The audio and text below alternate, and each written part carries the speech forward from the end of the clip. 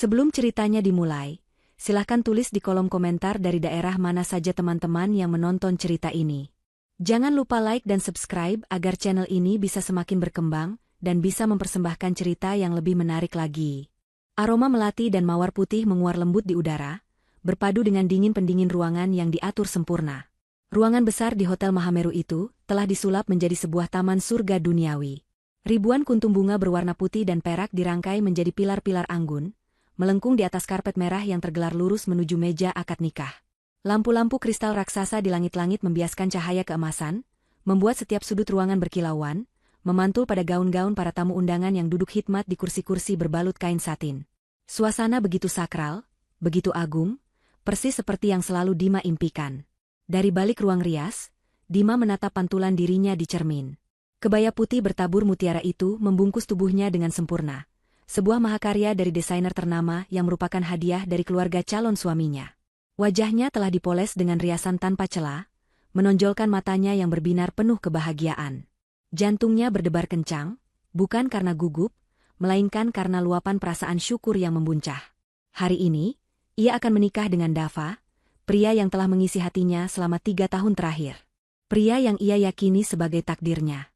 Perjalanan mereka tidak mudah. Dima sadar betul ia berasal dari keluarga yang sangat berbeda dengan keluarga Dava. Ayahnya seorang guru SMA dan ibunya membuka usaha catering kecil-kecilan. Mereka hidup berkecukupan dan terhormat. Namun di mata keluarga Dava, mereka tak lebih dari rakyat jelata. Terutama di mata Ibu Yuyun, ibunda Dava. Sejak awal, wanita itu tidak pernah menyembunyikan ketidaksukaannya. Tatapannya selalu dingin, kalimatnya selalu sinis, dan setiap perbuatan baik yang Dima coba lakukan selalu dianggap sebagai usaha mencari muka. Dima ingat betul saat pertama kali datang ke rumah megah keluarga Dava. Ibu Yuyun menatapnya dari ujung rambut sampai ujung kaki, lalu tersenyum tipis yang tidak sampai ke matanya. "Oh, jadi ini yang namanya Dima." Dava sering cerita. "Katanya kamu anak yang mandiri," ucapnya kala itu.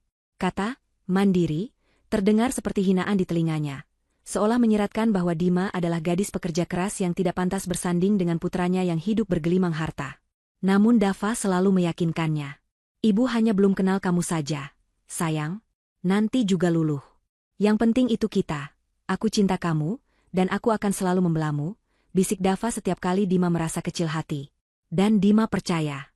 Ia memegang janji itu erat-erat.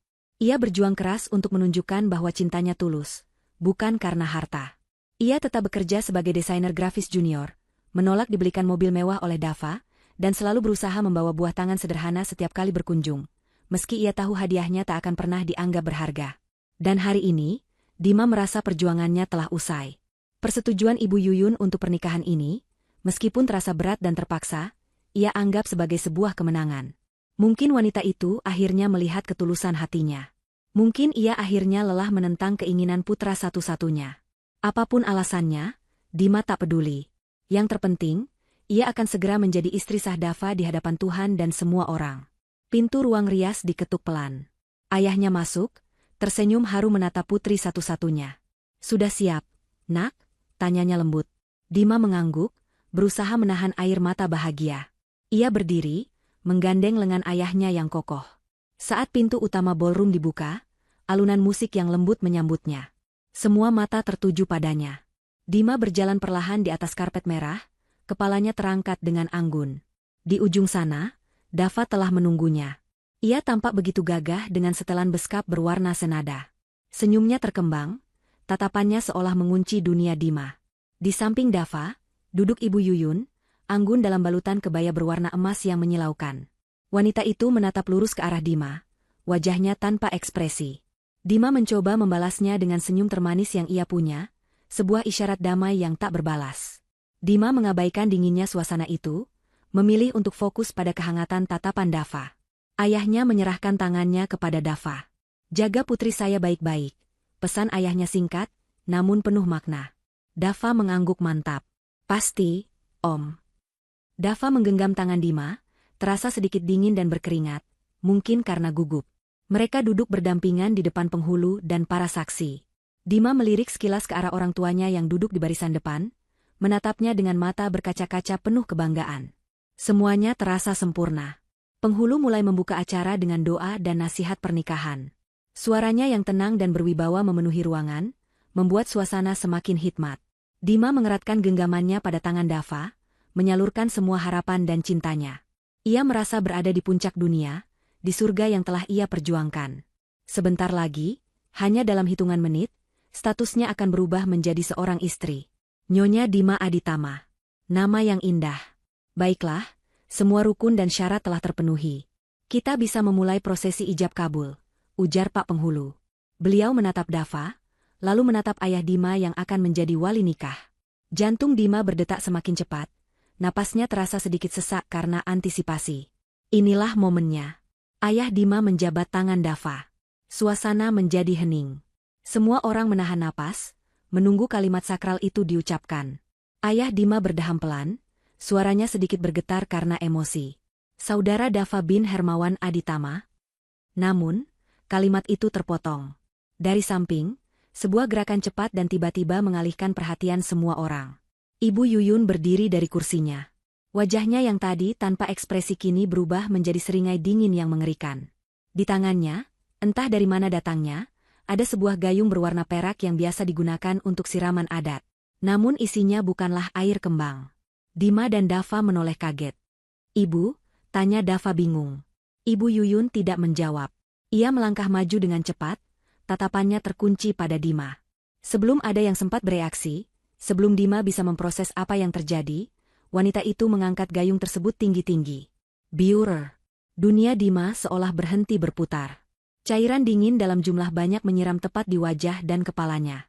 Namun bukan dinginnya yang mengejutkan, melainkan baunya. Bau busuk yang menusuk hidung, bau comberan yang pekat dan memuakan. Air keruh berwarna kehitaman itu mengalir deras, membasahi rambutnya, merusak riasannya, dan menodai kebaya putih sucinya dengan noda coklat yang menjijikan. Ruangan yang tadi hening kini terkesiap kaget. Suara bisik-bisik ngeri mulai terdengar. Dima membeku di tempatnya, matanya terbuka lebar karena syok. Tetesan air kotor jatuh dari dagunya ke pangkuannya. Rasa malu, bingung, dan ngeri menjalari seluruh tubuhnya. Di tengah kekacauan itu, suara Ibu Yuyun terdengar lantang dan penuh kemenangan. Wanita kotor sepertimu tidak pantas jadi menantuku. Teriaknya, sambil melempar gayung kosong itu ke lantai dengan bunyi gemerincing yang memekakan telinga. Semua mata kini tertuju pada Dima, menatapnya dengan campuran iba dan jijik. Tapi Dima tidak peduli pada mereka. Dengan sisa-sisa kesadarannya, ia menoleh ke satu-satunya orang yang seharusnya menjadi pelindungnya saat itu. Ia menatap Dava. Dan disitulah hatinya benar-benar hancur berkeping-keping. Dava hanya diam. Wajahnya pucat pasi, matanya menatap ibunya dengan ketakutan. Tak ada amarah di sana. Tak ada pembelaan. Ia bahkan tidak bergerak sedikitpun untuk melindungi Dima, tidak mengulurkan tangan untuk menghapus kotoran dari wajahnya. Ia hanya membeku, menjadi patung pengecut yang tak bersuara. Keheningannya adalah pisau kedua yang menikam Dima, jauh lebih dalam dan lebih menyakitkan daripada siraman air comberan itu sendiri. Keheningan yang mencekam itu terasa seperti berlangsung selamanya. Waktu seolah merayap. Setiap detiknya terasa seperti sayatan pisau di kulit Dima. Bau comberan yang menyengat memenuhi indera penciumannya, terasa begitu nyata hingga membuatnya mual. Air kotor itu masih menetes dari ujung rambutnya, jatuh ke pundaknya, menciptakan sensasi dingin yang menjalar hingga ke tulang. Namun, rasa dingin itu tidak ada apa-apanya dibandingkan dengan kehampaan beku yang kini menyelimuti hatinya. Di tengah ratusan pasang mata yang menatapnya, Dima hanya bisa melihat satu orang, Dava. Ia mencari secercah amarah di mata pria itu, secercah pembelaan, atau setidaknya secercah rasa kaget yang sama seperti dirinya. Tetapi yang ia temukan hanyalah kekosongan. Sebuah jurang ketakutan yang dalam. Dava menatap ibunya, lalu menatap lantai, menghindari tatapan Dima seolah Dima adalah sumber aib yang harus disembunyikan.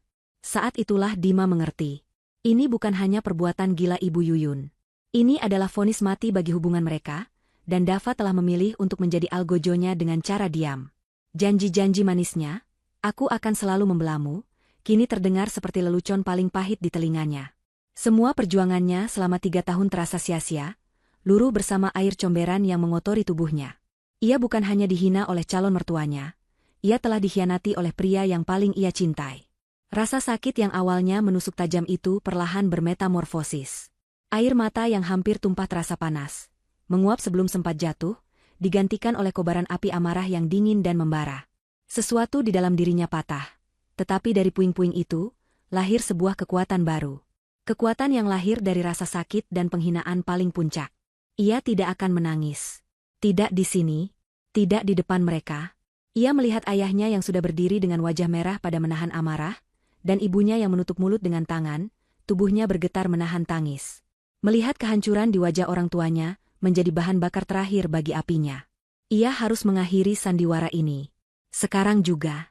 Dengan gerakan yang terasa lambat namun mantap, Dima melepaskan genggaman tangannya dari tangan Dava yang dingin dan lemas.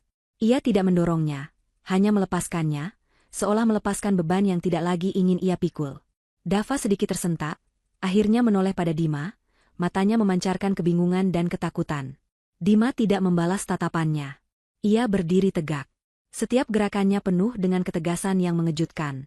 Punggungnya lurus, dagunya terangkat, meskipun noda menjijikan masih menghiasi wajah dan pakaiannya. Para tamu yang tadi berbisik kini terdiam, merasakan perubahan atmosfer yang drastis. Mereka mengira akan menyaksikan seorang wanita yang hancur dan menangis. Mereka salah besar. Tanpa berkata apa-apa, Dima berjalan melewati Dava, menuju meja penghulu yang masih tertegun. Ia mengulurkan tangannya dan mengambil mikrofon yang tergeletak di atas meja.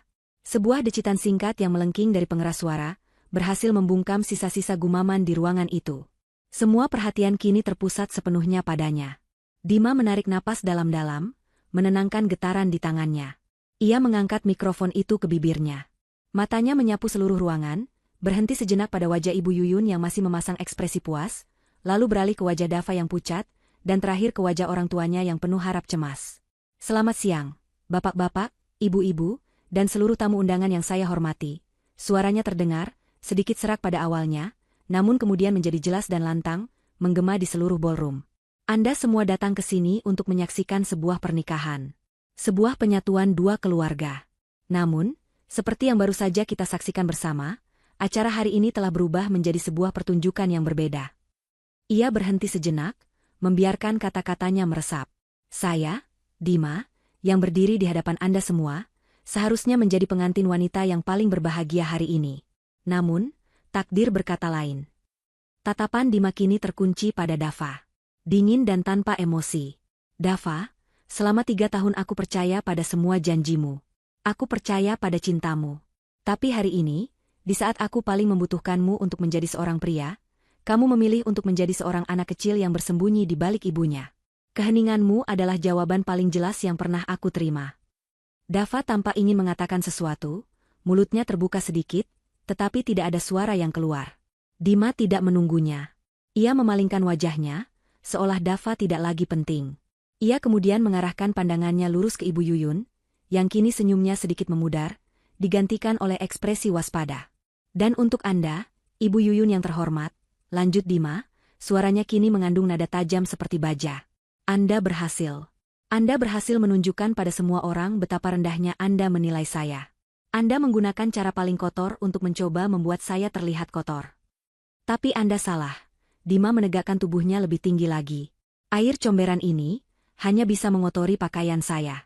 Tidak akan pernah bisa menyentuh harga diri saya. Justru sebaliknya, air ini telah menyadarkan saya. Membasuh bersih semua ilusi dan cinta buta yang saya miliki untuk putra Anda. Ruangan itu sunyi senyap. Semua orang terpaku pada drama yang tidak pernah mereka bayangkan. Lalu, Dima mengucapkan kalimat yang akan menghancurkan segalanya. Suaranya tegas, final, dan tidak bisa diganggu-gugat. Maka dari itu, di hadapan Tuhan, di hadapan orang tua saya, dan di hadapan Anda semua sebagai saksi, dengan kesadaran penuh, pernikahan ini, saya batalkan. Kata, batalkan, diucapkannya dengan penekanan yang kuat, seperti sebuah palu hakim yang menjatuhkan vonis. Sebuah gelombang keterkejutan yang nyata menyapu seluruh ruangan. Terdengar pekikan tertahan dari beberapa tamu. Wajah Ibu Yuyun berubah dari puas menjadi marah dan tidak percaya. Ia tidak menyangka gadis yang ia anggap lemah ini berani melakukan perlawanan sejauh ini. Tapi Dima belum selesai. Masih dengan mikrofon di tangan, ia mengambil satu langkah lebih dekat ke arah Ibu Yuyun. Nikmati pesta mewah yang telah Anda siapkan ini, Bu Yuyun. Nikmati hidangan mahal ini bersama tamu-tamu terhormat Anda. Karena saya berjanji, ini akan menjadi perayaan terakhir untuk kehormatan dan nama baik keluarga Anda. Anda baru saja memulai sebuah perang. Dan saya pastikan, Anda tidak akan pernah bisa melupakannya. Setelah mengucapkan kalimat terakhir yang terdengar seperti sebuah kutukan itu, Dima meletakkan mikrofon itu kembali ke atas meja dengan pelan. Ia tidak membantingnya. Gerakannya tenang dan terkendali, yang justru membuatnya terlihat semakin menakutkan. Ia berbalik, tidak lagi melirik Dava atau Ibu Yuyun. Ia berjalan lurus ke arah orang tuanya. "Ayo, ayah, ibu. Kita pulang. Tidak ada lagi yang perlu kita lakukan di sini," ucapnya dengan suara yang kini melembut, hanya untuk mereka berdua. Ayahnya mengangguk dengan tatapan bangga yang luar biasa, sementara ibunya langsung memeluknya erat, tak peduli dengan bau dan kotoran di pakaiannya. Bersama-sama, mereka bertiga berjalan menyusuri karpet merah itu, menuju pintu keluar. Dima berjalan dengan kepala tegak, punggungnya lurus, tidak menoleh ke belakang sedikit pun. Ia adalah seorang ratu yang baru saja dilengsarkan, namun berjalan keluar dari istananya yang hancur dengan harga diri yang utuh, meninggalkan kekacauan, aib, dan keheningan yang mematikan di belakangnya. Setiap langkah yang Dima ambil untuk keluar dari ballroom Hotel Mahameru terasa seperti berjalan di atas paku. Bukan karena rasa sakit fisik, melainkan karena beban dari ratusan pasang mata yang menusuk punggungnya. Ia bisa merasakan tatapan mereka, sebuah campuran aneh antara iba, rasa jijik, dan sedikit kekaguman yang tersembunyi. Ia bisa mendengar bisikan-bisikan yang mulai terdengar seperti dengungan lebah. Nama, Dima, dan air comberan disebut berulang-ulang. Namun, ia tidak goyah. Dengan lengan ibunya di satu sisi dan ayahnya di sisi lain, ia membangun benteng tak terlihat di sekelilingnya, menolak untuk membiarkan satupun hinaan itu menembus pertahanannya. Saat mereka hampir mencapai pintu lobi yang megah, sebuah cengkeraman kasar menahan lengannya. Dima berhenti, ia bahkan tidak perlu menoleh untuk tahu siapa pemilik tangan itu. Aroma parfum Dava yang dulu sangat ia sukai kini terasa memuakan. "Dima, tunggu. Tolong, kita bicara dulu." Suara Dava terdengar panik dan putus asa. Dima menarik lengannya dengan sekali sentakan keras, melepaskan diri dari cengkeramannya. Ia akhirnya berbalik, menatap wajah pria yang beberapa menit lalu hampir menjadi suaminya. Wajah Dava pucat, matanya merah dan dipenuhi kepanikan. "Bicara?" Dima bertanya, suaranya terdengar sangat tenang, hampir seperti bisikan, namun dinginnya mampu membekukan udara di antara mereka. "Waktu untuk bicara sudah habis, Dava. Waktumu adalah saat ibumu mengangkat gayung itu. Waktumu adalah saat air kotor itu mengenai wajahku. Kamu memilih diam. Dan diammu adalah perpisahan kita." "Tapi aku syok, Dim. Aku tidak tahu harus berbuat apa." Dava membela diri, suaranya terdengar lemah. Sebuah tawa kecil, kering, dan tanpa humor lolos dari bibir Dima.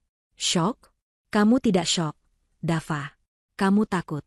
Kamu selalu takut pada ibumu. Dan hari ini, kamu membuktikan bahwa ketakutanmu jauh lebih besar daripada cintamu padaku. Jangan pernah hubungi aku lagi. Anggap saja aku dan kamu tidak pernah saling kenal." "Dima, kumohon." Ayah Dima melangkah maju, berdiri di antara putrinya dan Dava. Tubuhnya yang tidak setinggi Dava, tampak jauh lebih mengintimidasi karena sorot matanya yang menyala karena amarah yang tertahan. "Sudah cukup. Jangan ganggu putri saya lagi. Kamu sudah memilih pihakmu.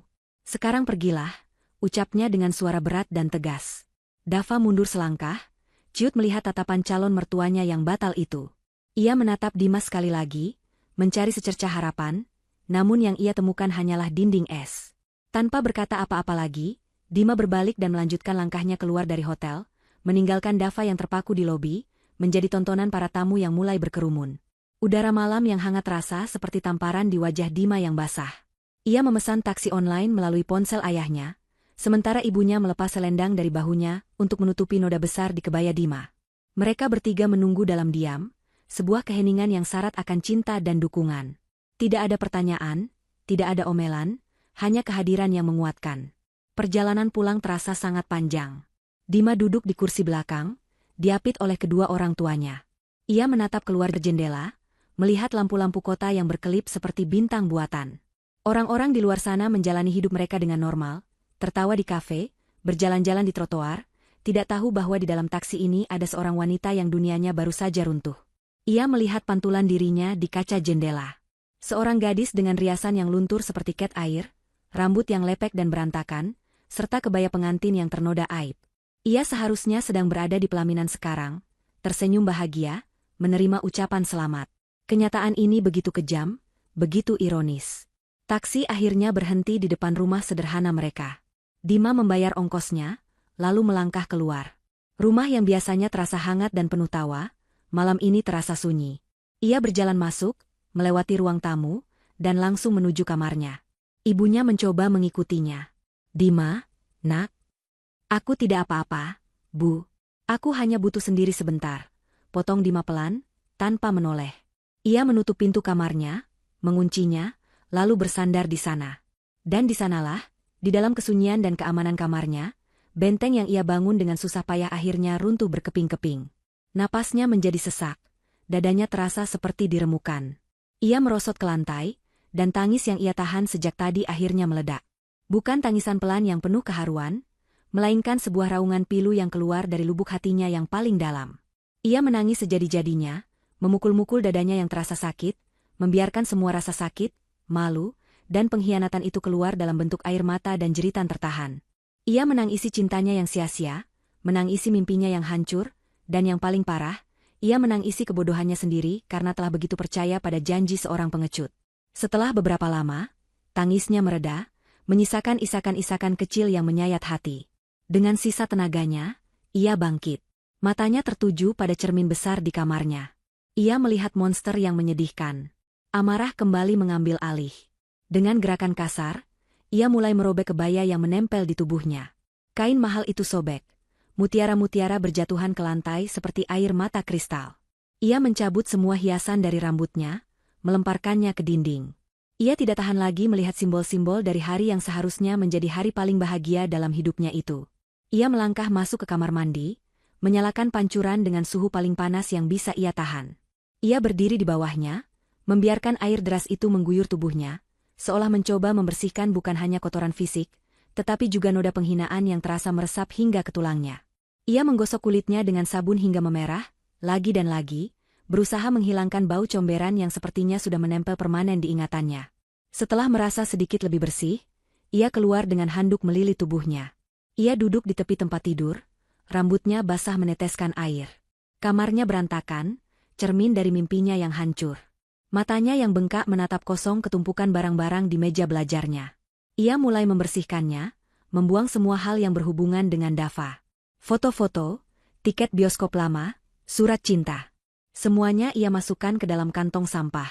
Saat sedang membersihkan laci, tangannya menyentuh sebuah kotak kartu nama. Ia membukanya, melihat isinya yang sebagian besar adalah kontak klien-klien desain grafisnya. Namun, ada satu kartu yang berbeda. Kartu dengan desain minimalis namun sangat elegan, dicetak di atas kertas tebal berkualitas tinggi. Di sana tertulis sebuah nama, Indar Wisesa, dengan jabatan Chairman of Wisesa Group. Dima terdiam, memori tentang kartu nama itu kembali muncul. Sekitar 6 bulan yang lalu, ia menjadi sukarelawan desainer untuk sebuah acara pameran amal. Di sana, ia tanpa sengaja menumpahkan kopi ke kemeja seorang bapak tua yang berpenampilan sederhana namun berwibawa. Dima sangat panik dan meminta maaf berkali-kali, bahkan menawarkan diri untuk membayar biaya cuci keringnya. Bapak itu hanya tersenyum ramah. "Tidak apa-apa, nak. Ini hanya kecelakaan kecil." Mereka kemudian terlibat percakapan singkat. Bapak itu terkesan dengan etos kerja dan kejujuran Dima saat mengaku. Sebelum pergi, ia memberikan kartu namanya. "Nama saya Indar. Kalau kamu butuh apa-apa, atau ingin mencari peluang yang lebih besar, jangan ragu hubungi saya. Orang jujur dan pekerja keras sepertimu itu langka," katanya saat itu. Dima hanya menyimpannya sebagai kenang-kenangan, tidak pernah berpikir untuk benar-benar menghubunginya. Kini, sambil memegang kartu nama itu, sebuah ide gila mulai terbentuk di benaknya. Sebuah percikan kecil di tengah kegelapan yang pekat. Ibu Yuyun dan Dava bergerak di dunia bisnis, dunia orang-orang kaya dan berkuasa seperti Pak Indar. Mereka menghancurkannya karena menganggapnya kecil dan tidak berdaya. Kelemahan terbesar mereka adalah kesombongan dan obsesi pada status. Dima menatap kartu nama di tangannya. Ini bukan lagi sekadar kenang-kenangan. Ini mungkin sebuah kunci. Sebuah senjata. Benih rencana pembalasan dendam mulai tertanam di dalam hatinya yang terluka. Ia tidak akan membiarkan mereka menang. Ia akan bangkit, bukan hanya untuk dirinya sendiri, tetapi untuk membalas setiap tetes air mata dan setiap ons penghinaan yang ia terima hari ini. 2 minggu berlalu seperti dalam kabut. Dima mengurung diri, menolak bertemu siapapun kecuali keluarganya. Ponselnya terus berdering, dipenuhi telepon dan pesan dari teman-teman yang penasaran, juga puluhan panggilan tak terjawab dari Dava yang akhirnya ia blokir. Ia membiarkan dunia luar berjalan tanpanya. Hari-harinya diisi dengan keheningan, menatap langit-langit kamar, mencoba menyusun kembali kepingan hatinya yang berserakan. Orang tuanya memberinya ruang, namun tak pernah jauh. Ibunya selalu memastikan ada makanan hangat di depan pintu kamarnya, dan ayahnya sesekali masuk, hanya untuk duduk diam menemaninya tanpa banyak bicara. Di tengah kesendirian itu, berita tentang hari pernikahannya yang hancur menyebar seperti api. Tentu saja, keluarga Aditama dengan mesin pencitraan mereka yang kuat, telah memutarbalikkan cerita. Dima mendengar dari sepupunya bahwa gosip yang beredar adalah Dima yang tiba-tiba mengamuk dan histeris tanpa sebab di hari pernikahan, mempermalukan keluarga Dava. Ada juga versi lain yang lebih kejam, menyebutkan bahwa mantan kekasih Dima datang dan membuat keributan, membuktikan bahwa Dima bukan wanita baik-baik. Ibu Yuyun telah berhasil melukis Dima sebagai penjahat dalam drama yang ia ciptakan sendiri. Rasa sakit karena fitnah itu menjadi lapisan baru di atas luka pengkhianatannya. Ia tidak hanya dihina, tetapi karakternya juga coba dibunuh.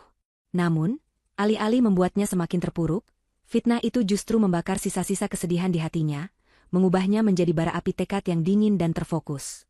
Ia sudah selesai menangis. Kini saatnya untuk bertindak. Pemicu terakhir datang pada suatu malam yang sepi. Karena bosan, Dima iseng membuka media sosial menggunakan akun samaran. Jari-jarinya secara refleks mengetik nama Dava. Apa yang ia lihat di sana terasa seperti tamparan keras yang menyadarkannya sepenuhnya. Sebuah akun gosip terkenal mengunggah beberapa foto dari sebuah acara gala dinner mewah yang diadakan tadi malam. Di salah satu foto, Dava berdiri sambil tersenyum, meskipun senyumnya terlihat kaku. Di sampingnya, berdiri seorang wanita cantik dengan gaun malam yang berkilauan, dan di sisi lain, Ibu Yuyun merangkul keduanya dengan senyum kemenangan yang begitu lebar. Caption di bawah foto itu berbunyi, "Pasca drama pernikahan yang batal, putra mahkota Aditama Group, Dava, tampaknya sudah move on. Terlihat mesra bersama Clarissa, putri tunggal dari raksasa properti, Bapak Hartono." Restu Ibu Yuyun terlihat jelas di sini.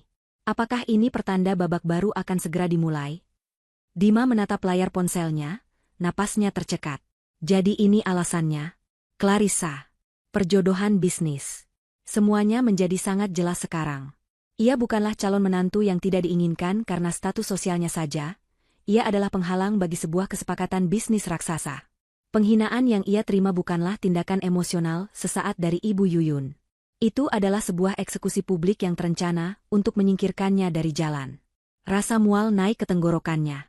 Ia mematikan ponselnya, namun bayangan senyum kemenangan Ibu Yuyun terpatri di benaknya. Malam itu, Dima tidak bisa tidur. Bukan karena sedih, tapi karena otaknya bekerja dengan kecepatan penuh. Amarahnya tidak lagi panas dan membabi buta, melainkan dingin dan tajam seperti ujung pisau bedah. Ia bangkit dari tempat tidurnya, menyalakan laptopnya. Ia tidak lagi mencari berita gosip. Ia membuka situs-situs berita bisnis, laporan keuangan publik, dan artikel-artikel tentang dunia properti. Ia mengetik nama perusahaan Ibu Yuyun, Yuyun Propertindo. Selama berjam-jam, ia menenggelamkan dirinya dalam riset.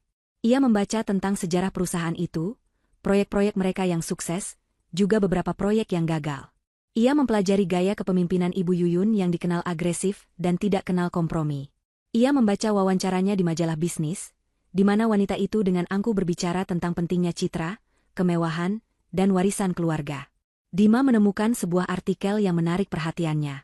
Yuyun Propertindo akan segera meluncurkan proyek terbesar mereka, sebuah kawasan resort dan villa mewah terpadu bernama Nusa Cempaka Sanctuary. Proyek ini adalah pertaruhan terbesar Ibu Yuyun, melibatkan investasi triliunan rupiah dan pinjaman besar dari bank. Keberhasilannya akan melambungkan nama Yuyun Propertindo ke level internasional. Kegagalannya akan menyeret mereka ke jurang kebangkrutan. Dan Dima tahu, proyek inilah yang kemungkinan besar melibatkan keluarga Clarissa. Inilah jantung dari ambisi Ibu Yuyun. Dan Dima memutuskan, jantung itulah yang akan ia serang. Pagi harinya, dengan mata lelah namun penuh keyakinan, Dima mengambil kartu nama yang telah ia simpan baik-baik. Indar Wisesa, Chairman of Wisesa Group. Ia menatap nama itu lama. Ini adalah sebuah lompatan keyakinan. Sebuah pertaruhan. Ia bisa saja diabaikan atau ditolak. Tapi ia tidak punya pilihan lain. Dengan tangan yang sedikit gemetar, ia menulis sebuah email. Bukan email yang penuh ratapan atau meminta belas kasihan. Ia menulis email yang singkat, profesional, dan langsung ke intinya. Yetha. Bapak Indar Wisesa. Dengan hormat, Semoga Bapak dalam keadaan sehat. Nama saya Dima. Mungkin Bapak masih ingat, kita pernah bertemu singkat di acara pameran amal beberapa bulan lalu. Bapak memberikan saya kartu nama dan kesempatan untuk menghubungi Bapak. Saat ini, saya memiliki sebuah informasi dan proposisi yang saya yakini akan sangat menarik bagi Wisesa Group, terutama yang berkaitan dengan persaingan di sektor properti mewah. Saya ingin meminta sedikit waktu Bapak untuk bertemu dan menjelaskan hal ini secara langsung. Saya yakin waktu Bapak tidak akan terbuang sia-sia. Atas perhatian Bapak, saya ucapkan terima kasih. Hormat saya, Dima. Setelah mengirim email itu, Dima merasa cemas luar biasa. Ia menunggu seharian, setiap notifikasi di ponselnya membuat jantungnya berdebar. Tidak ada balasan. Keesokan harinya juga sama. Ia mulai putus asa, berpikir bahwa idenya terlalu gila. Mungkin Pak Indar sudah lupa padanya, atau mungkin emailnya bahkan tidak pernah dibaca. Namun, pada hari ketiga, saat ia hampir menyerah, sebuah email masuk. Bukan dari Pak Indar, melainkan dari sekretarisnya. Isinya singkat, Bapak Indar Wisesa bersedia bertemu dengan Anda besok, pukul 10 pagi di kantor pusat Wisesa Group. Jantung Dimas serasa berhenti berdetak sejenak sebelum akhirnya berpacu kencang. Ini nyata. Kesempatannya datang.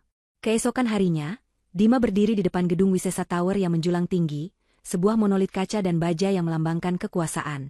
Ia mengenakan blus sederhana namun rapi dan celana bahan hitam, penampilan terbaik yang ia miliki.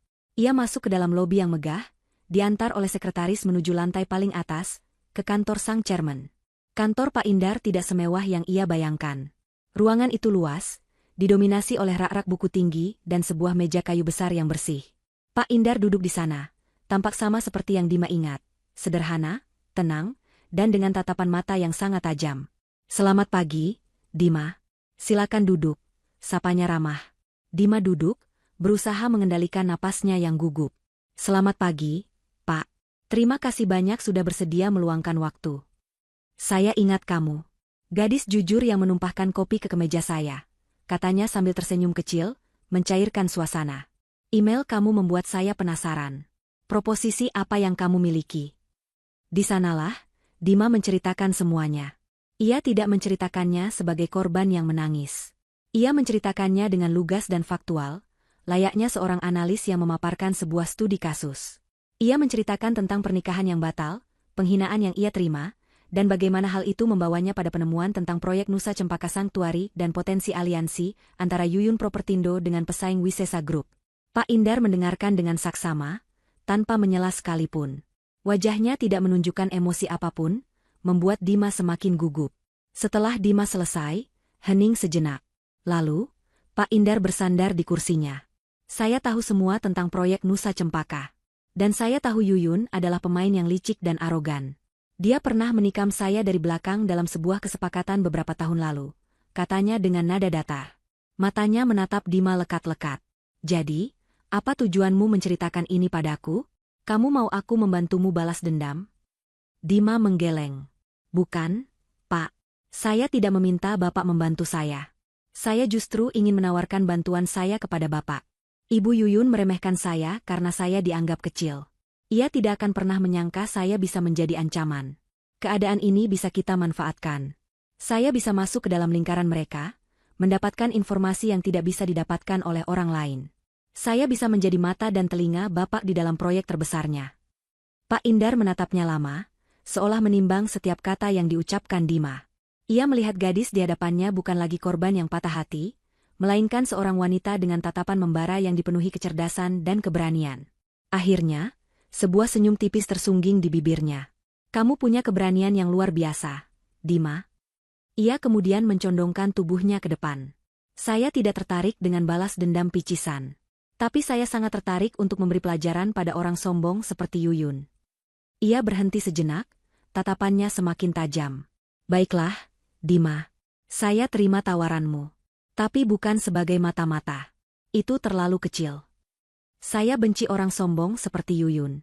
Bantu saya menghancurkan proyeknya dari dalam, dan sebagai gantinya, saya akan membuatmu menjadi bintang di dunia ini." Tawaran Pak Indar bukanlah sebuah cek kosong. Itu adalah sebuah kontrak. Sebuah program intensif yang mengubah Dima dari seorang desainer grafis yang patah hati, menjadi seorang ahli strategi bisnis yang dingin dan berwibawa. 2 bulan pertama dihabiskannya bukan untuk merencanakan balas dendam, melainkan untuk belajar. Pak Indar memberinya akses ke tim terbaiknya. Pagi hingga sore, Dima belajar tentang valuasi properti, hukum pertanahan, dan manajemen proyek skala besar dari seorang direktur senior. Malam harinya, ia belajar tentang etiket bisnis, seni negosiasi, dan cara membaca bahasa tubuh dari seorang konsultan komunikasi. Ia melahap semua ilmu itu seperti orang kelaparan. Rasa sakitnya menjadi bahan bakar untuk kecerdasannya. Ia tidak lagi punya waktu untuk meratapi masa lalu. Semua energinya tercurah untuk membangun masa depan, sebuah masa depan di mana ia yang akan memegang kendali. Perubahannya tidak hanya terjadi di dalam pikiran, tetapi juga di luar. Pak Indar memintanya menemui seorang penata gaya profesional. Rambutnya yang panjang dan sedikit bergelombang dipotong menjadi model bob sebahu yang tegas dan modern. Lemari pakaiannya yang berisi blus bunga-bunga dan jin digantikan oleh setelan celana berwarna netral, kemeja sutra, dan sepatu hak tinggi yang kokoh.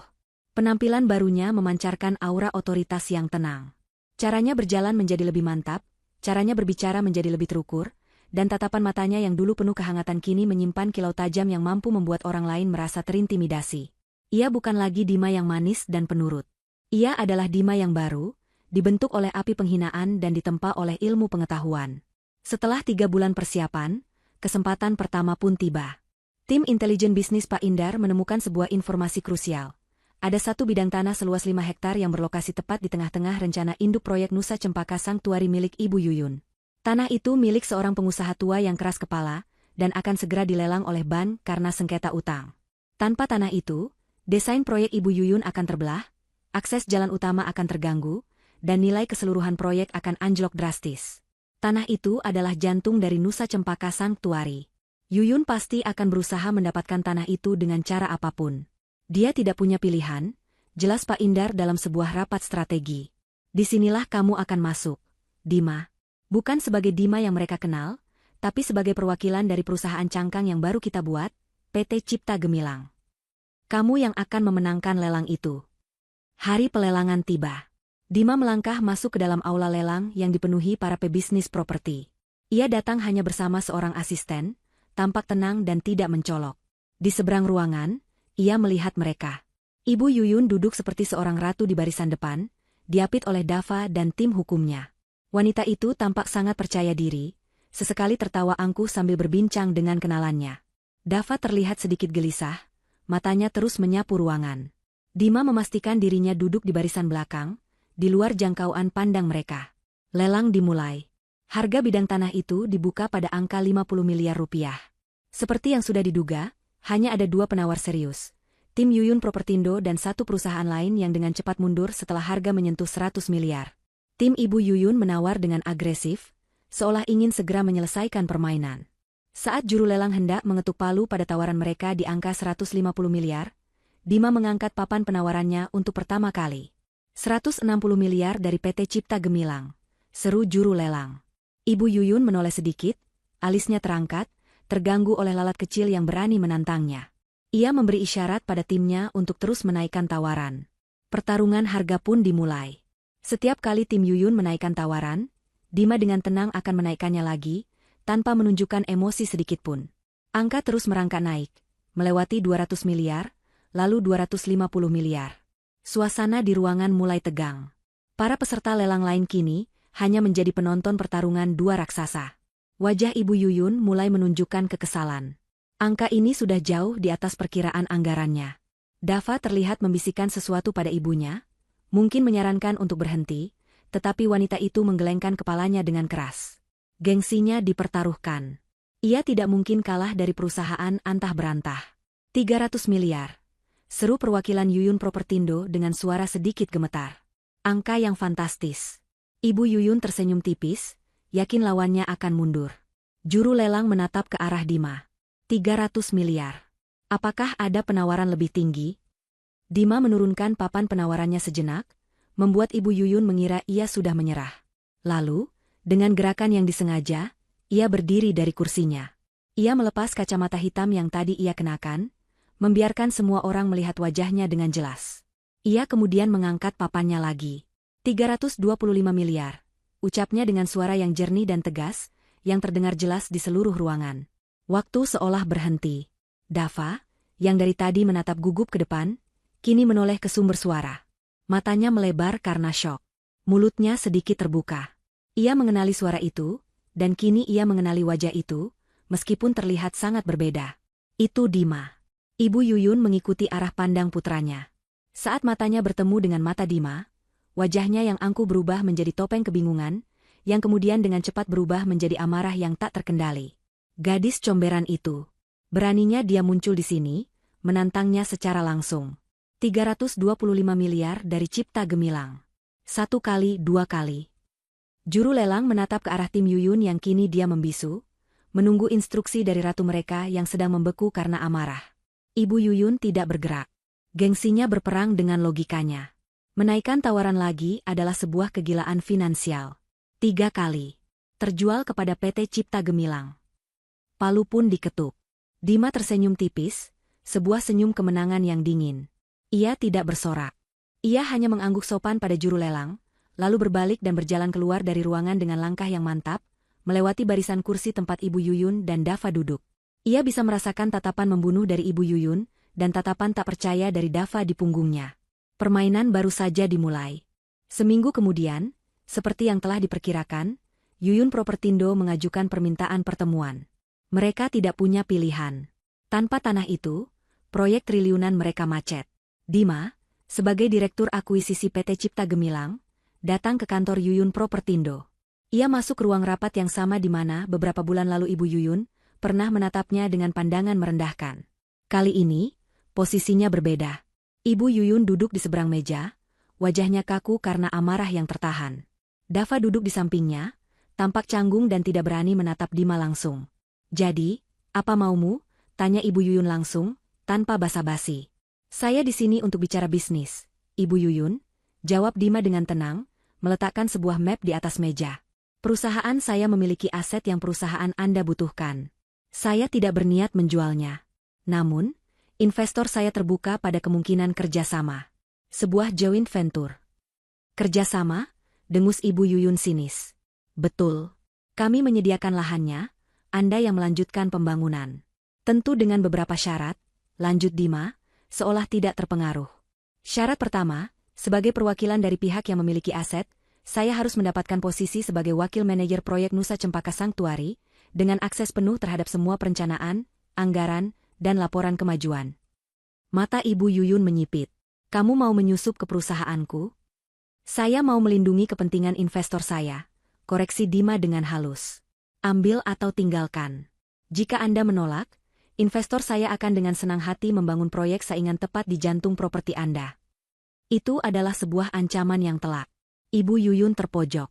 Setelah perdebatan internal yang sengit dengan timnya, dan dengan tekanan dari bank yang mendanai proyek, ia terpaksa setuju. Wajahnya tampak seperti ingin membunuh saat menandatangani nota kesepahaman. Rapat proyek pertama diadakan seminggu setelahnya. Dima datang dengan persiapan matang. Saat ia mempresentasikan beberapa ide awal untuk optimalisasi desain dan strategi pemasaran, Ibu Yuyun terus-menerus memotong dan meremehkannya. "Anak kemarin sore sepertimu tahu apa tentang properti mewah?" sindirnya di depan seluruh dewan direksi dan perwakilan bank. Dima tidak terpancing. Ia dengan tenang menjawab setiap kritik dengan data, angka, dan analisis pasar yang akurat. Ia menunjukkan proyeksi keuntungan dari idenya, membandingkannya dengan tren global.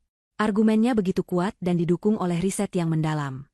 Para perwakilan bank dan investor lain mulai mengangguk-angguk setuju, terkesan dengan ketajaman analisisnya. Pada akhir presentasinya, Kepala Divisi Investasi dari pihak bank berkata, "Ide yang sangat brilian, Bu Dima. Kami mendukung penuh usulan Anda." Itu adalah kemenangan kecil pertama Dima di dalam sarang ular. Ia berhasil mendapatkan dukungan dari pihak ketiga yang krusial. Saat rapat selesai, Dima melirik Ibu Yuyun. Wanita itu menatapnya dengan kebencian murni. Dima hanya membalasnya dengan senyum tipis yang penuh arti. Ia telah berhasil masuk. Kini, saatnya untuk mulai menanam bom waktu. Bulan-bulan berikutnya adalah sebuah permainan catur yang menegangkan. Dima menjalankan perannya sebagai wakil manajer proyek dengan sempurna. Ia adalah orang pertama yang datang ke kantor dan orang terakhir yang pulang. Ia mempelajari setiap detail dari proyek Nusa Cempaka Sanctuary, mulai dari spesifikasi sekrup hingga struktur kontrak dengan para pemasok. Ia dikenal sebagai atasan yang tegas, adil, dan sangat cerdas. Para arsitek, insinyur, dan staf administrasi di lapangan menaruh hormat padanya karena ia tidak hanya memberi perintah dari balik meja, tetapi juga sering turun langsung ke lokasi proyek, berdiskusi, dan memberikan solusi yang efektif. Kepercayaan adalah senjatanya. Dengan perlahan tapi pasti, ia mendapatkan kepercayaan dari hampir semua orang di dalam tim, kecuali 2 orang, Ibu Yuyun dan Dava. Ibu Yuyun selalu mengawasinya dengan penuh kecurigaan, mencari-cari kesalahan sekecil apapun untuk menjatuhkannya. Namun, kinerja Dima terlalu sempurna untuk dicela. Setiap laporan yang ia buat akurat, setiap target yang ia tetapkan tercapai. Di balik topeng profesionalismenya, Dima mulai menjalankan agendanya. Sabotasenya bukanlah sabotase kasar yang mudah terdeteksi. Itu adalah seni manipulasi yang halus dan mematikan. Langkah pertamanya adalah menguras anggaran. Dalam sebuah rapat penting mengenai pemilihan material interior untuk villa utama, Dima mempresentasikan 2 jenis marmer. Marmer A adalah produk lokal berkualitas tinggi dengan harga yang wajar dan sudah sering digunakan dalam proyek-proyek mewah lainnya. Marmer B adalah marmer langka yang harus diimpor langsung dari sebuah tambang kecil di Carrara, Italia. Harganya 3 kali lipat lebih mahal, dan waktu pengirimannya lebih lama. Jika kita ingin Nusa Cempaka dikenal sebagai properti standar, marmer A sudah cukup. Jelas Dima sambil menampilkan gambar-gambar di layar proyektor. Tapi jika kita ingin menjualnya sebagai mahakarya, sebuah simbol status tertinggi yang akan menarik minat miliarder dari seluruh dunia, kita butuh cerita. Marmer B ini bukan sekadar batu, ini adalah legenda. Hanya ada beberapa bangunan di dunia yang menggunakannya. Dava langsung menyela. Tapi biayanya akan membuat anggaran interior kita bengkak 30%. Itu tidak masuk akal. Protesnya, menunjukkan analisis biaya di tabletnya. Disinilah Dima memainkan kartu asnya. Ia menoleh pada Ibu Yuyun, tatapannya seolah menantang. Tentu saja ini bukan keputusan yang didasari oleh akal sehat semata, Pak Dava. Ini adalah keputusan yang didasari oleh visi. Visi tentang kemewahan tanpa batas. Saya yakin, seorang visioner seperti Ibu Yuyun mengerti apa yang saya maksud. Umpan itu ditelan mentah-mentah. Gengsi Ibu Yuyun terusik. Dibilang tidak visioner di depan dewan direksi adalah sebuah penghinaan. Dava, diamlah. Kamu hanya berpikir seperti akuntan kecil, bentaknya pada putranya sendiri. Lalu ia menatap Dima dengan angkuh. Saya setuju. Kita pakai marmer dari Italia itu. Jangan biarkan masalah biaya menghalangi kita untuk menjadi yang terbaik. Dima tersenyum dalam hati. Bom waktu finansial pertama berhasil ditanam. Ia mengulangi taktik serupa berkali-kali. Ia meyakinkan Ibu Yuyun untuk menyewa desainer lanskap dari Prancis dengan bayaran selangit, memasang sistem pencahayaan dari Jerman yang harganya tidak masuk akal, dan memesan perabotan edisi terbatas yang dibuat khusus di Milan. Setiap keputusannya selalu dibungkus dengan argumen tentang eksklusivitas dan kemewahan, 2 kata sihir yang selalu berhasil membius Ibu Yuyun. Anggaran proyek mulai membengkak secara diam-diam, seperti kanker yang menggerogoti dari dalam. Bom waktu kedua yang ia tanam lebih teknis dan berbahaya. Proyek sebesar Nusa Cempaka Sanctuary membutuhkan sistem drainase dan pengelolaan air limbah yang sangat kompleks. Dalam sebuah rapat teknis dengan para insinyur sipil, Dima mempelajari desain awal yang sudah sangat baik. Kemudian, ia meminta pertemuan terpisah dengan kepala kontraktor pelaksana, sebuah perusahaan yang ia tahu memiliki catatan kerja yang kurang baik namun berhasil mendapatkan proyek karena kedekatannya dengan Ibu Yuyun. Di pertemuan itu, Dima mengajukan sebuah revisi desain dengan dalih efisiensi. Desain yang sekarang terlalu konvensional dan memakan banyak biaya penggalian, katanya, sambil menunjukkan cetak biru yang telah ia modifikasi bersama seorang ahli dari tim Pak Indar. Dengan desain baru ini, kita bisa memotong biaya hingga 15%. Pipa-pipa utama bisa diperkecil diameternya di beberapa titik dan kemiringan saluran bisa kita kurangi. Secara teori, aliran air akan tetap lancar. Kepala kontraktor itu, yang lebih peduli pada keuntungan daripada kualitas, langsung setuju saat mendengar kata, potong biaya. Ia tidak memiliki keahlian untuk menyadari bahwa desain baru Dima adalah sebuah jebakan. Pengurangan diameter pipa dan kemiringan yang tidak ideal akan membuat sistem itu sangat rentan terhadap penyumbatan dan luapan jika terjadi hujan dengan intensitas tinggi. Desain itu adalah resep pasti untuk sebuah bencana banjir. Dengan persetujuan dari kontraktor, Dima berhasil meloloskan revisi desain itu ke dalam laporan kemajuan, menyembunyikannya di antara ratusan dokumen teknis lainnya yang ia tahu tidak akan pernah diperiksa secara detail oleh Ibu Yuyun atau Dava. Dava, meskipun tidak memahami detail teknis, semakin hari semakin curiga. Ia melihat ibunya menjadi semakin boros dan arogan di bawah pengaruh Dima. Ia melihat laporan keuangan yang menunjukkan pengeluaran yang terus membengkak. Ia mencoba memperingatkan ibunya, tetapi selalu diabaikan.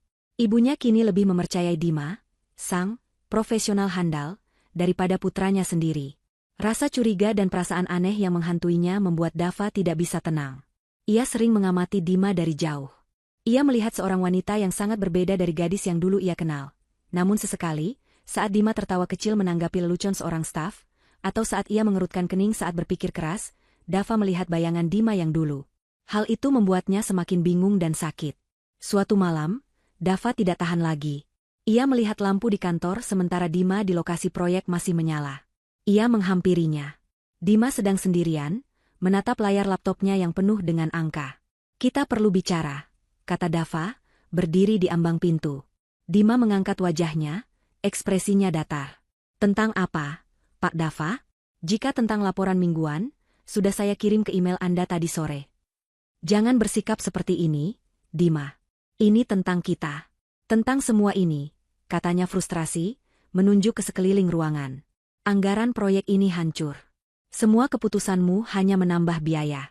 Apa sebenarnya yang kamu lakukan?" Ia melangkah lebih dekat. "Aku tahu kamu masih Dima yang dulu di suatu tempat di dalam sana. Hentikan semua ini, kumohon." Dima berdiri, menatap Dava tepat di matanya. Dima yang dulu sudah mati, Dava. Dia mati di hari pernikahannya, saat pria yang ia cintai hanya diam membisu ketika wajahnya disiram air comberan. Kata-kata itu menusuk Dava tepat di jantungnya. Ia tampak pias dan kehabisan kata-kata. Tepat pada saat yang penuh ketegangan itu, pintu kantor terbuka. Seorang pria jangkung dan berpenampilan santai namun rapi masuk. "Maaf mengganggu, aku bawakan kopi," katanya dengan suara ramah. Ia adalah Leo, cucu Pak Indar, seorang arsitek muda brilian yang ditugaskan oleh kakeknya untuk menjadi konsultan independen pada proyek ini, sekaligus menjadi pelindung bagi Dima. Leo berhenti saat melihat Dava dan merasakan atmosfer yang tegang. Ia meletakkan 2 cangkir kopi di atas meja, lalu dengan santai berdiri di samping Dima, meletakkan satu tangannya di bahu Dima dengan gestur yang akrab dan protektif. "Ada masalah di sini?"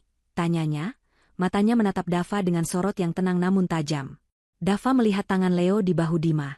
Ia melihat cara Leo menatap Dima, penuh kehangatan.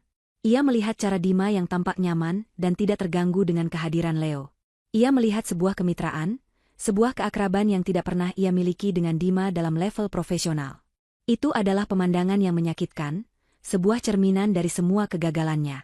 Tanpa berkata apa-apa lagi, Dava berbalik dan berjalan keluar dari ruangan itu, dikalahkan oleh kecemburuan dan kecurigaan yang semakin menjadi-jadi. Setelah Dava pergi, Leo menatap Dima dengan sedikit khawatir. "Kamu tidak apa-apa?" Dima menarik napas panjang, lalu tersenyum kecil. "Aku tidak apa-apa." "Semua masih sesuai rencana?" tanya Leo lembut. Dima menatap cetak biru proyek raksasa di dinding, matanya berkilat dingin. "Lebih baik dari rencana." Mereka sedang sibuk menggali kuburan mereka sendiri dengan sangat antusias. 6 bulan setelah Dima bergabung dengan proyek, Nusa Cempaka Sanctuary berdiri megah di atas perbukitan yang menghadap ke laut. Di atas kertas, dan bagi mata orang awam, proyek itu adalah sebuah mahakarya.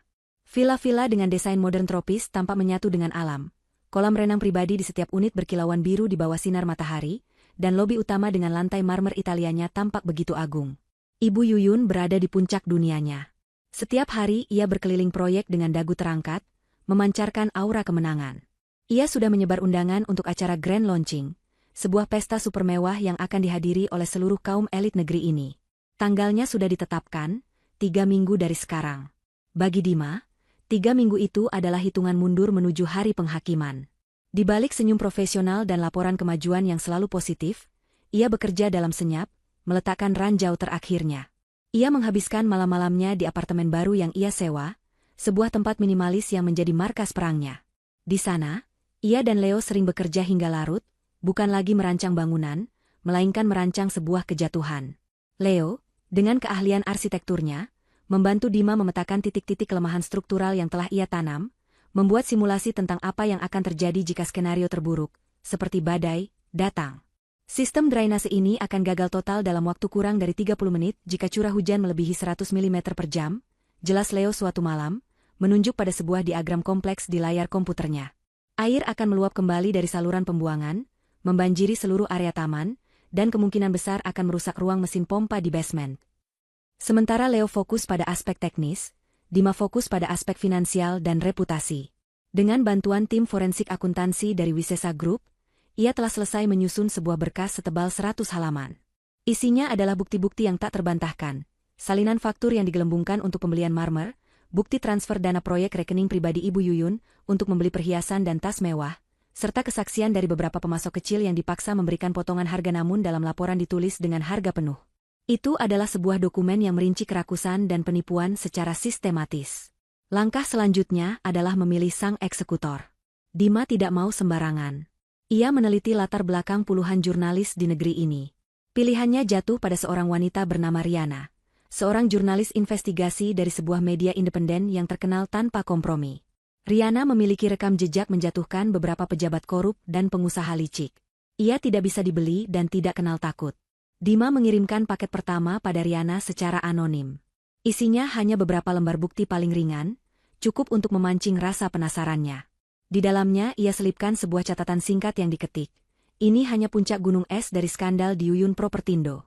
Kebenaran akan terungkap di acara Grand Launching Nusa Cempaka Sanctuary. Datang dan saksikan sendiri. Di tengah kesibukannya mempersiapkan kejatuhan musuhnya, Dima menemukan sesuatu yang tak terduga, ketenangan. Kehadiran Leo di sisinya menjadi penyeimbang. Pria itu tidak pernah memandangnya sebagai korban atau sebagai mesin balas dendam. Ia melihat Dima sebagai Dima.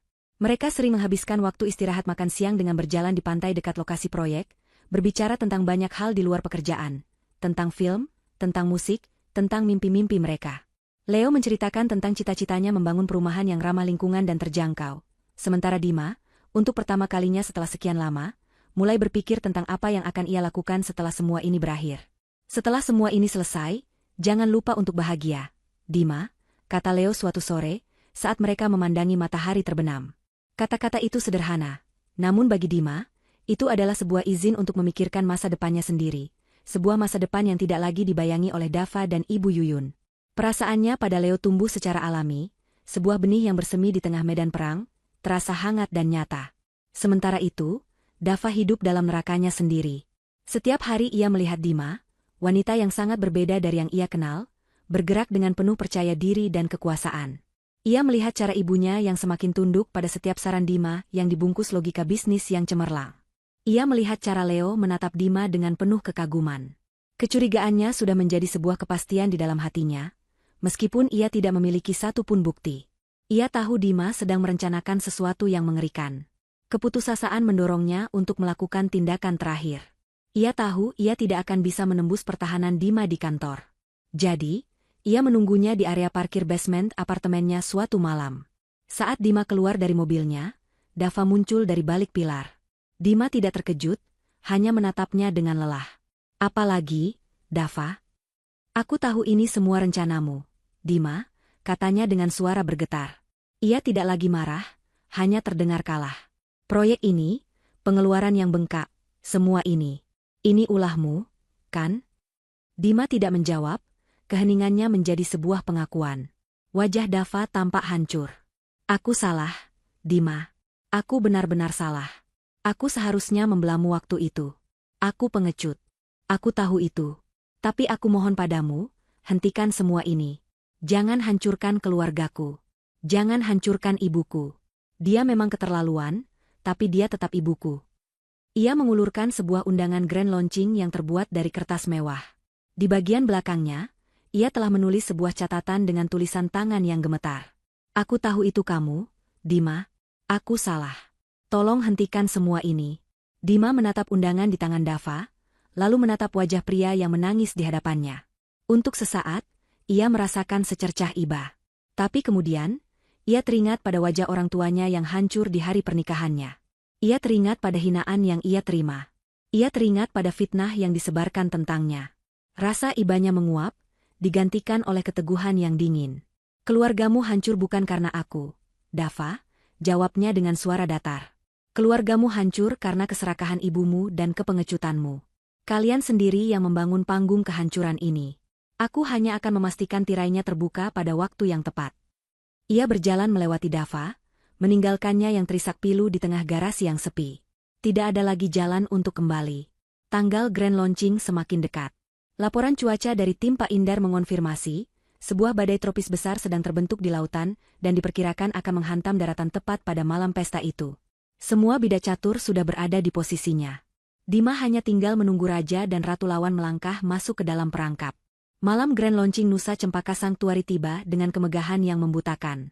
Ratusan mobil mewah berjejer rapi di jalan, masuk menuju lobi utama. Para tamu, yang terdiri dari jajaran pejabat, pengusaha kelas kakap, dan sosialita paling berpengaruh di ibu kota, melangkah di atas karpet merah dengan gaun malam dan setelan jas terbaik mereka. Kilatan lampu kamera dari puluhan awak media tak henti-hentinya menyala. Udara dipenuhi aroma parfum mahal dan suara dentingan gelas sampanye. Ibu Yuyun adalah pusat dari semua perhatian.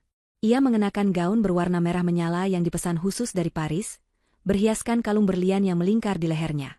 Senyumnya tak pernah lepas dari wajahnya yang dirias sempurna. Ia menyapa setiap tamu penting dengan pelukan hangat, tawa renyahnya menggema, memancarkan aura seorang ratu yang berada di puncak kejayaannya. Di sisinya, Dava berdiri kaku, senyumnya dipaksakan. Ia tampak seperti seorang pangeran boneka yang jiwanya telah direnggut. Matanya terus melirik cemas ke arah langit yang mulai gelap. Dima hadir dalam kapasitasnya sebagai wakil manajer proyek. Ia memilih gaun sederhana berwarna biru malam yang elegan. Ia tidak berusaha menjadi pusat perhatian. Ia bergerak di antara kerumunan seperti bayangan, matanya yang tajam mengamati setiap detail, memastikan semua persiapan terakhirnya berjalan lancar. Leo berada tak jauh darinya, memberikan anggukan kecil yang menguatkan setiap kali pandangan mereka bertemu. Di salah satu sudut, Dima melihat Riana, sang jurnalis investigasi, sedang berbincang dengan beberapa tamu sambil memegang segelas jus jeruk, matanya waspada seperti elang. Acara dimulai dengan sempurna. Sebuah orkestra mini memainkan musik klasik, para tamu menikmati hidangan mewah yang disajikan, dan beberapa pidato pembukaan yang membosankan disampaikan. Akhirnya, tibalah momen puncak yang ditunggu-tunggu. Pembawa acara mempersilakan Ibu Yuyun untuk naik ke atas panggung, dan memberikan pidato utama sekaligus meresmikan Nusa Cempaka Sanctuary. Dengan langkah penuh kebanggaan, diiringi tepuk tangan meriah, Ibu Yuyun naik ke panggung yang megah.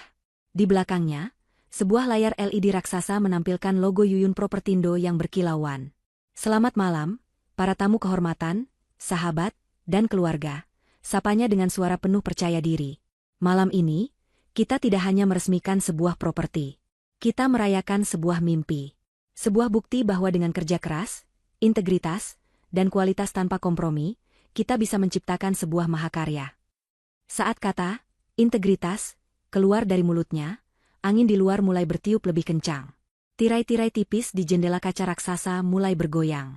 Para tamu yang berdiri di area teras mulai merasakan gerimis. Nusa Cempaka Sanctuary bukan hanya tentang kemewahan, lanjut Ibu Yuyun, tidak menyadari perubahan cuaca. Ini adalah tentang membangun sebuah warisan. Sebuah legasi untuk keluarga Aditama yang akan dikenang selama beberapa generasi. Gerimis itu kini berubah menjadi hujan deras. Suara air yang menghantam atap kaca ballroom mulai terdengar. Para tamu yang berada di luar bergegas masuk ke dalam, sedikit mengacaukan suasana. Tiba-tiba, dari taman utama yang berada tepat di luar ballroom, terdengar suara gemericik air yang aneh, yang dengan cepat berubah menjadi suara air bah. Sistem drainase yang dirancang untuk gagal itu telah mencapai batasnya. Air hujan yang deras tidak dapat disalurkan dengan baik, meluap kembali ke permukaan. Taman bergaya Prancis yang dirawat dengan biaya miliaran itu, dalam sekejap berubah menjadi kolam lumpur berwarna coklat. Air kotor itu mulai merayap naik, menggenangi area teras marmer dan mendekati pintu kaca ballroom. Di dalam, beberapa tamu mulai berbisik-bisik sambil menunjuk keluar.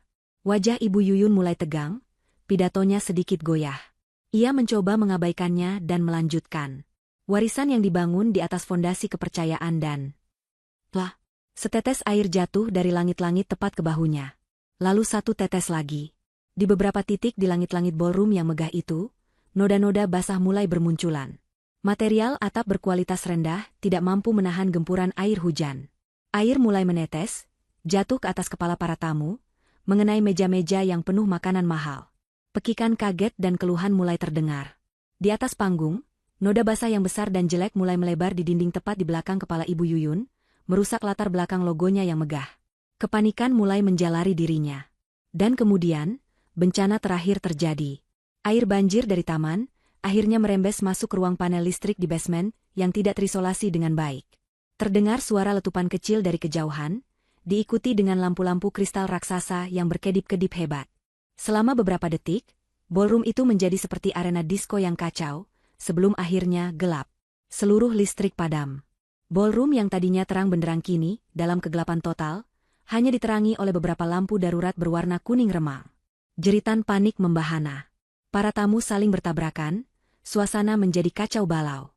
Di tengah kegelapan dan kepanikan itu, sebuah cahaya yang sangat terang tiba-tiba menyala, menyorot langsung ke atas panggung. Itu adalah lampu kamera dari tim Riana sang jurnalis. Riana, yang sudah mengantisipasi kemungkinan ini, kini berdiri di depan panggung bersama juru kameranya, merekam wajah Ibu Yuyun yang tampak syok dan bingung di bawah sorotan cahaya. Seolah itu belum cukup. Sebuah suara berat dan berwibawa tiba-tiba terdengar dari pengeras suara darurat. Itu adalah suara Pak Suryo, perwakilan dari konsorsium BAN yang menjadi kreditor utama proyek tersebut. Rupanya, ia dan beberapa investor penting lainnya telah diberi pengarahan oleh Pak Indar beberapa jam sebelumnya, lengkap dengan berkas bukti dari Dima. Mohon perhatian semuanya, seru Pak Suryo, suaranya memotong jeritan para tamu. Semua orang terdiam, menoleh ke sumber suara. Pak Suryo berdiri di dekat panggung, memegang mikrofon nirkabel. Melihat kondisi properti yang sangat memprihatinkan ini, dan berdasarkan bukti-bukti kuat mengenai adanya penyelewengan dana dan penggelembungan biaya yang baru saja kami terima. Ia berhenti sejenak, menatap tajam ke arah Ibu Yuyun yang kini gemetar di atas panggung. Maka kami, sebagai perwakilan investor dan kreditor utama, secara resmi menyatakan mosi tidak percaya. Kami akan membekukan semua sisa pendanaan untuk Yuyun Propertindo dan menuntut dilakukannya audit investigasi penuh atas tuduhan penipuan. Pernyataan itu adalah sebuah bom nuklir yang meledak di tengah ruangan. Para tamu terkesiap. Kilatan lampu kamera dari media lain yang hadir kini ikut menyorot ke arah Ibu Yuyun, memberondongnya dari segala arah. Wajahnya yang tadi penuh kebanggaan kini runtuh, menampilkan ekspresi horor, malu, dan kekalahan total. Ia terpaku di atas panggungnya sendiri, terperangkap dalam sorotan lampu seperti seekor binatang yang tertangkap pemburu. Di tengah kerumunan, Dima berdiri diam di samping Leo. Wajahnya tenang, tanpa ekspresi. Ia hanya menonton. Menonton panggung megah yang dibangun Ibu Yuyun untuk merayakan kemenangannya, kini telah berubah menjadi panggung untuk penghakiman publiknya sendiri. Tirai telah terbuka. Perang ini hampir dimenangkan. Kekacauan di malam grand launching hanyalah awal dari gempa bumi yang meruntuhkan seluruh sendi kehidupan keluarga Aditama. Keesokan paginya, berita tentang skandal Yuyun Propertindo meledak di semua media. Foto wajah Ibu Yuyun yang pucat dan syok di atas panggung yang gelap terpampang di halaman depan setiap koran dan menjadi gambar utama di setiap portal berita online. Judul-judul beritanya begitu kejam dan menusuk. Pesta mewah berakhir bencana, Yuyun Propertindo diduga lakukan penipuan besar-besaran, karma proyek angkuh, Resort Nusa Cempaka banjir di malam peresmian, dari Ratu Properti menjadi tersangka korupsi. Efeknya datang seperti gelombang tsunami. Pada hari Senin saat pasar saham dibuka, saham Yuyun Propertindo yang diperdagangkan secara publik anjlok lebih dari 90% sebelum perdagangannya dibekukan. Para investor, baik besar maupun kecil, kehilangan uang mereka dalam sekejap. Telepon di kantor dan di rumah Ibu Yuyun tak henti-hentinya berdering, dipenuhi panggilan marah dari klien, pemasok yang menagih pembayaran, dan bank yang secara resmi menarik semua fasilitas kredit mereka.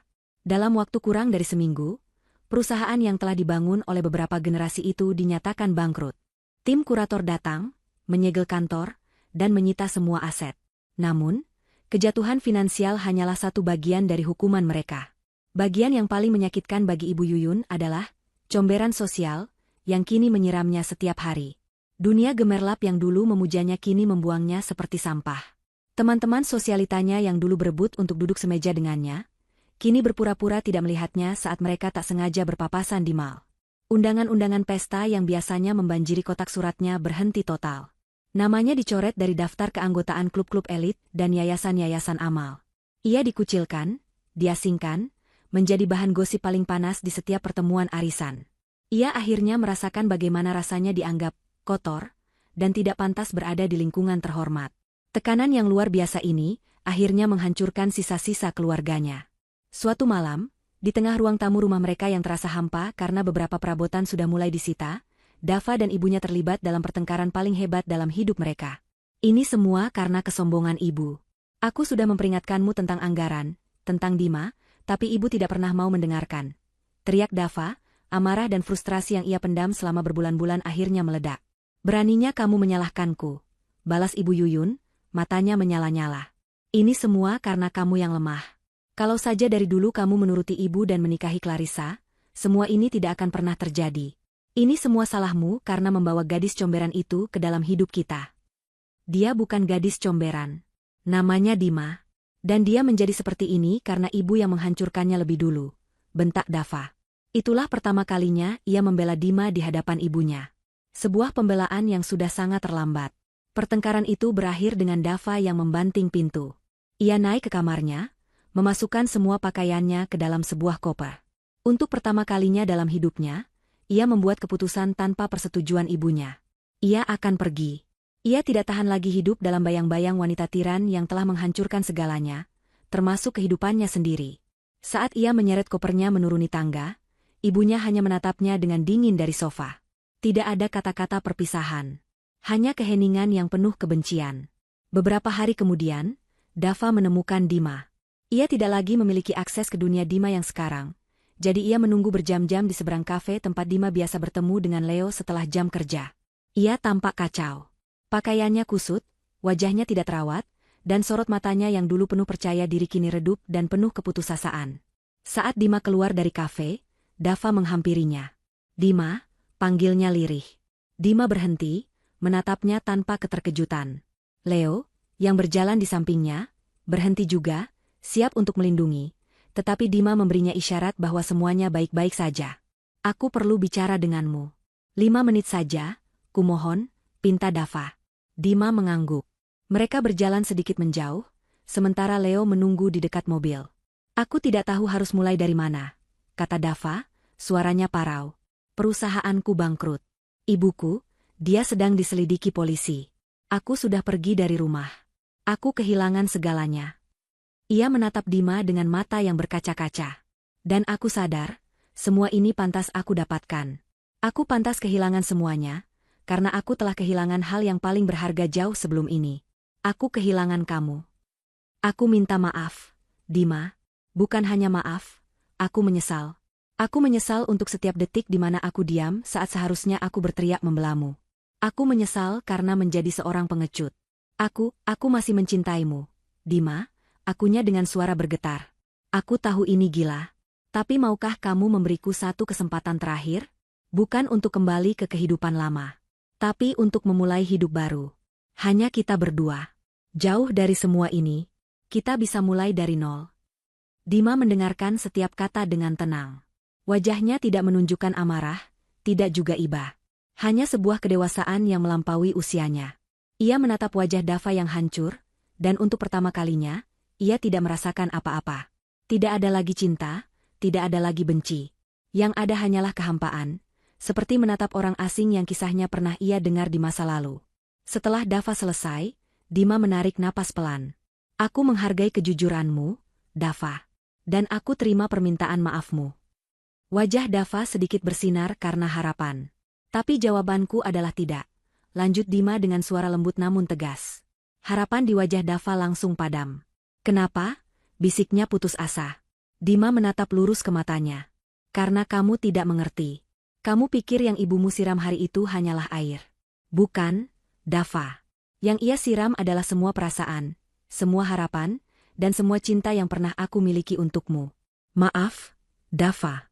Comberan itu tidak hanya mengotori wajahku, tapi juga membilas habis semua rasa yang pernah ada untukmu. Dima yang kamu cintai itu sudah tidak ada. Ia mati di hari itu. Dan wanita yang berdiri di hadapanmu sekarang adalah orang yang berbeda. Aku sudah menemukan jalanku sendiri, dan aku bahagia. Dima mengulurkan tangannya, sebuah gestur perpisahan yang formal. Aku harap kamu juga bisa menemukan jalanmu, dan menjadi pria yang lebih baik. Selamat tinggal, Dava. Tanpa menunggu jawaban, Dima berbalik. Ia berjalan dengan langkah mantap menuju mobil di mana Leo sudah menunggunya, membukakan pintu untuknya. Dima masuk tanpa menoleh ke belakang. Saat mobil melaju, ia melihat dari kaca spion, bayangan Dava yang masih berdiri terpaku di trotoar, semakin kecil dan kecil, hingga akhirnya lenyap di telan malam. Itu adalah penutup dari sebuah babak dalam hidupnya. Sebuah penutup yang final dan membebaskan. 1 tahun berlalu. Langit Jakarta yang cerah menjadi saksi dari sebuah fajar yang benar-benar baru bagi Dima. Ia tidak lagi hidup dalam bayang-bayang masa lalu atau api balas dendam. Dendam itu telah selesai, dan abunya telah ia tebarkan ke angin, membiarkannya hilang selamanya. Kini, hidupnya diisi dengan tujuan dan kebahagiaan yang tulus. Di bawah bimbingan Pak Indar, Dima tumbuh menjadi seorang profesional yang disegani di dunia properti. Ia kini menjabat sebagai CEO dari Cipta Gemilang, yang tidak lagi menjadi perusahaan cangkang, melainkan sebuah anak perusahaan Wisesa Group yang fokus pada pengembangan properti berkonsep hijau dan berkelanjutan. Ia terkenal dengan integritasnya, visinya yang tajam, dan kemampuannya untuk membangun proyek-proyek yang tidak hanya menguntungkan secara finansial, tetapi juga memberikan dampak positif bagi masyarakat dan lingkungan. Namanya sering muncul di majalah-majalah bisnis, bukan karena skandal, tetapi karena prestasinya. Hubungannya dengan Leo juga bersemi menjadi sebuah cinta yang dewasa dan kokoh. Mereka adalah pasangan dalam segala hal, dalam pekerjaan dan dalam kehidupan. Mereka saling mendukung mimpi satu sama lain, merayakan kemenangan bersama, dan saling menguatkan saat menghadapi tantangan. Sore itu, mereka berdiri di atas atap sebuah bangunan yang baru saja selesai dibangun. Bukan sebuah resort mewah, melainkan sebuah rumah susun bersubsidi yang dirancang dengan indah, lengkap dengan taman bermain dan ruang hijau. Proyek pertama Cipta Gemilang di bawah kepemimpinan Dima. Pemandangannya indah, kata Leo, sambil merangkul pundak Dima. Iya, jawab Dima, matanya berbinar menatap anak-anak yang berlarian di taman di bawah sana. Ini jauh lebih indah daripada pemandangan laut dari villa manapun. Inilah kemenangannya yang sesungguhnya. Mengubah lahan yang dulu menjadi simbol perebutan kekuasaan, menjadi sebuah hunian yang penuh harapan bagi banyak keluarga. Sementara Dima membangun masa depannya, Karma telah selesai menunaikan tugasnya pada mereka yang pernah menganiayanya. Suatu hari, saat sedang membaca berita online, Dima tak sengaja melihat sebuah artikel kecil di kolom kriminal. Ibu Yuyun akhirnya divonis bersalah atas kasus penipuan dan penggelapan pajak. Karena usianya yang sudah lanjut dan kondisi kesehatannya, ia tidak dipenjara, melainkan divonis menjadi tahanan kota dengan kewajiban lapor dan seluruh sisa aset pribadinya disita negara. Artikel itu disertai sebuah foto buram yang diambil dari kejauhan, menunjukkan seorang wanita tua renta dengan rambut beruban yang acak-acakan, sedang berjalan keluar dari sebuah rumah kontrakan kecil di pinggir kota. Wajahnya yang dulu angkuh kini tampak kuyu dan penuh kepahitan. Dima menatap foto itu sejenak, lalu menutup laman berita itu. Ia tidak merasakan kepuasan, tidak juga iba. Ia tidak merasakan apa-apa. Tentang Dava, Dima mendengarnya dari seorang teman lama. Setelah meninggalkan ibunya, Dava berjuang untuk bertahan hidup. Tanpa nama besar keluarganya dan tanpa keahlian khusus, ia harus bekerja serabutan. Terakhir terdengar, ia bekerja sebagai staf administrasi biasa di sebuah perusahaan logistik kecil. Ia menjadi pria pendiam dan penyendiri, menjalani hidupnya dalam anonimitas. Selamanya dihantui oleh penyesalan atas satu momen krusial di mana ia memilih untuk tidak melakukan apa-apa. Kisah mereka telah menjadi masa lalu yang jauh bagi Dima. Malam itu, ia dan Leo duduk di balkon apartemen mereka, menatap gemerlap lampu kota sambil melihat-lihat cetak biru rumah yang sedang mereka rancang bersama. Sebuah rumah kecil dengan taman yang luas. Bagaimana kalau di sini kita tanam pohon melati? Usul Leo, menunjuk sebuah sudut di desain taman. Dima tersenyum. Aroma melati tidak lagi mengingatkannya pada hari pernikahannya yang hancur. Kini, aroma itu akan menjadi simbol dari awal yang baru, dari rumah yang akan mereka bangun bersama di atas fondasi cinta, kepercayaan, dan saling menghargai. Ia bersandar di bahu Leo, merasakan kedamaian yang utuh menyelimuti hatinya. Balas dendam memang terasa manis, tetapi kebebasan dan kebahagiaan yang ia temukan setelahnya terasa jauh lebih nikmat. Ia telah melewati badai tergelap dalam hidupnya, dan kini ia berdiri di bawah fajar yang baru, lebih kuat, lebih bijaksana, dan lebih bahagia dari yang pernah ia bayangkan. Ia telah menang dalam segala hal. Dan senyum tulus yang terkembang di wajahnya adalah bukti dari semuanya.